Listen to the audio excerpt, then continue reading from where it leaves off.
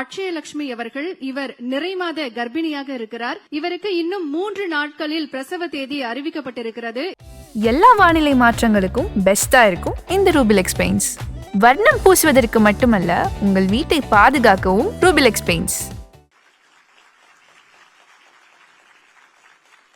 எரிசக்தி துறை சார்பில் தமிழ்நாடு அரசு பணியாளர் தேர்வாணையம் மூலம் தேர்வு செய்யப்பட்ட 383 நபர்களுக்கு உதவி பொறியாளர்கள் மற்றும் 18 நபர்களுக்கு உதவி கணக்கு அலுவலர்கள் என மொத்தம் 401 நபர்களுக்கு பணி நியமன ஆணைகளை வழங்கி சிறப்பிக்குமாறு மாண்புமிகு தமிழ்நாடு முதலமைச்சர் அவர்களை பணிவன்புடன் கேட்டுக் கொள்கின்றோம். முதலாவது பணியாணை அக்ஷயலட்சுமி அவர்கள். இவர் நிறைமாத கர்ப்பிணியாக இருக்கிறார்.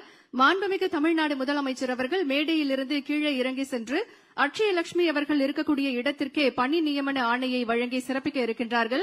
இவருக்கு இன்னும் 3 நாட்களில் பிரசவ தேதி அறிவிக்கப்பட்டிருக்கிறது. இவருக்கு 28ஆம் தேதி பிரசவ தேதி அறிவிக்கப்பட்டிருக்கிறது.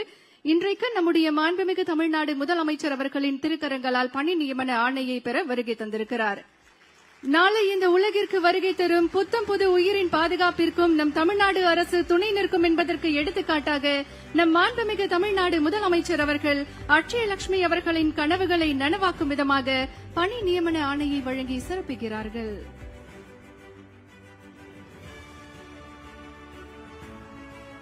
ஒரு தாய் தன் குழந்தையை கைப்பிடித்து வாழ்க்கை பாதையில் நடத்திச் செல்வது போல தமிழ்நாடு அரசும் பெண்களின் கனவுகளுக்கு கரம் கொடுத்து சாதனையின் உச்சிக்கு கொண்டு செல்கிறது. இதை ஒவ்வொரு நொடியும் நம் மாண்புமிகு தமிழ்நாடு முதலமைச்சர் அவர்கள் தன்னுடைய செயலால் நிரூபித்து வருகிறார்கள். தொடர்ந்து மற்றவர்களுக்கு பணி நியமன ஆணைகளை வழங்கி சிறப்பிக்குமாறு மாண்புமிகு தமிழ்நாடு முதலமைச்சர் அவர்களை பணிவன்புடன் கேட்டுக் கொள்கின்றோம். முதலாவதாக லோகராஜன் அவர்களை அன்போடு மேடைக்கு அழைக்கின்றோம்.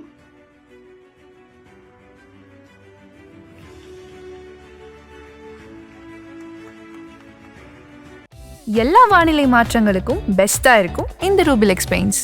வர்ணம் பூசுவதற்கு மட்டுமல்ல, உங்கள் வீட்டை பாதுகாக்கவும் ரூபிலெக்ஸ் பெயிண்ட்ஸ்.